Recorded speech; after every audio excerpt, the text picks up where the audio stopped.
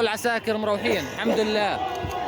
الحمد لله. Damasco halkan edaa injifannoo seena qabeessaa keessatti bilisoomanii jiran.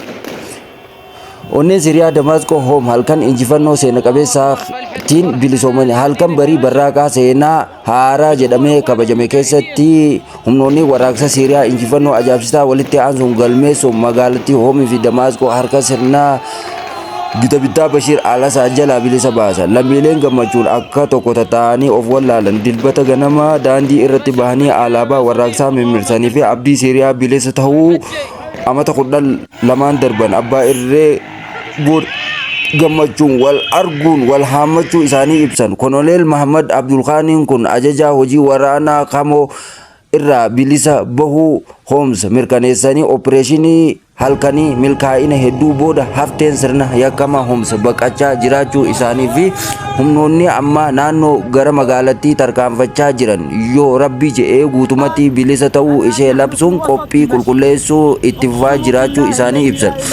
Beeksisni kun haleellaa guyyoota 11f alaabaa duula weerara ofirraa deebisuu jalatti gaggeeffame kan magaalaa guddoo afur darraa Quneetraa Suwaydaa fi Hom sa'aatii 24 keessatti humnoota warraaqsaan to'annaa jala oolchee jira. Magaalota gurguddoo naannoo bilisa ba'an keessaa Idlib, Aleppo, Hamaa waliigala magaalota gurguddoo biyyattii injifannoon mirkaneessan. Injifannoon warraaqsaa kun kan baay'ee nama ajaa'ibu sa'aatii muraasa booda onnee bulchiinsa Asaa kan taate Damaasqotti argame. Koloneel Abdul Khaniin magaalattii abbaa irree Asaad irraa bilisa ta'uu labsan. Yeroon kun yeroo isin yeroo dheeraa buqqaatonni fi hidhamtoonni eegaa turtan, yeroo gara biyyattii deebi'anii fi yeroo bilisummaa waggoota 10 cunqursaa fi gidiraa booda argitan jechuudhaan gammachuu isaanii ummataaf ibsan. Magaalaa Kamoon hidhamtoonni mana hidhaa Saadiniyaa keessaa hiikaman bilisa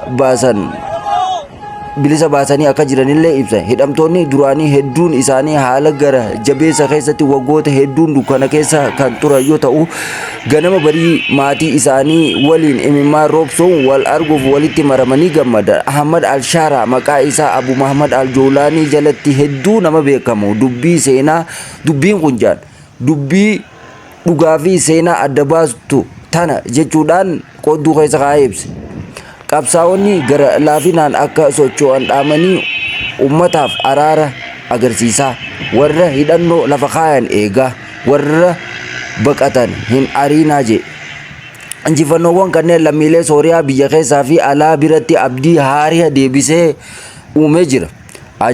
Ajajni hojii waraanaalleen jalqaba boqonnaa haaraa kabajee xumura sirna cunqursaa Baaz labse.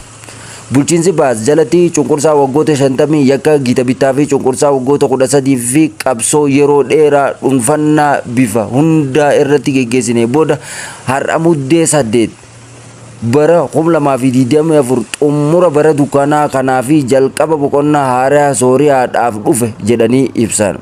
Homs keessatti hidhamtoonni siyaasaa 3,500 mana hidhaa waraana magaalattii keessaa ba'uun gara manaa galan. Guutummaa biyyattii keessatti lammiileen Siriyaa qe'ee isaanii irraa buqqaan waadaa nageenyaa fi bilisummaa galameef jajjabeeffamanii gara biyyattii deebuuf qophaa'uu eegalan. Injifannoowwan argatanillee hooggantoonni warraaqsaa ofii qabuu fi itti gaafatamummaan akka kunuunfatan cimsanii dubbataniiru. Al-Sharaa qabsaa'onni Damaasqoo dhaabbilee mootummaa kabajuu fi wal harkaa fuudhinsi sirnaa akka mirkaneessan dhaamanii jiran. Akka ja'anitti dhaabbilee mootummaatti dhiyaachuun cimsee dhorkaadha jechuudhaan akeekkachiisanii jiran. Hanga ce'umsa kun xumuramutti qondaaltonni duraaniitiif to'annoo akka godhan waadaa galanii jiran. Warraaqsichis warra giddugaleessaa ta'uutti filannootiin harka isaanii diriirsu wal harkaa fuudhinsa akka geessanillee dhaama. Abdul Khaniin jiraattonni naannoo Sayyid Zainab kan duraan cimina loltoota Iraan fi Hizbollaa ture sirna kana dhiisuun nageenya isaanii mirkaneessuu fi gaachana Siriyaa tahanii tokkummaa qabnu simachuu isaaniif jabina isaaniin galateeffatanii jiran. Kamoon lammiilee Siriyaa addunyaa guutuu jiran kan qe'ee isaanii irraa buqqaaniif ergaa erguudhaan gara biyya bilisaatti akka deebitan jechuun afeere. Namoota addunyaa mara irraa buqqaaniif Siiriyaan walaba taatee isin eegaa jirti jechuun ibsa isaaniin dubbisaniifii jiran. Taajabdoonni guutuu addunyaa humnoonni Iraan saffisaan ba'uu fi michoota Asaad hafan laafuu isaanii dubbatanii jiran.